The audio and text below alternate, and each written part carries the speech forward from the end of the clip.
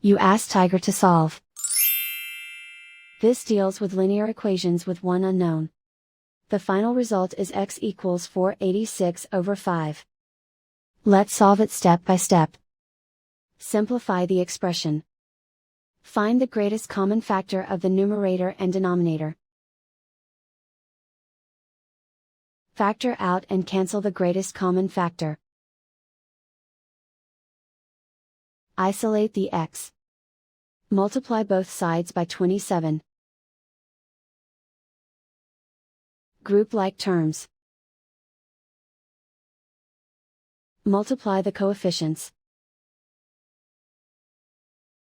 Simplify the fraction.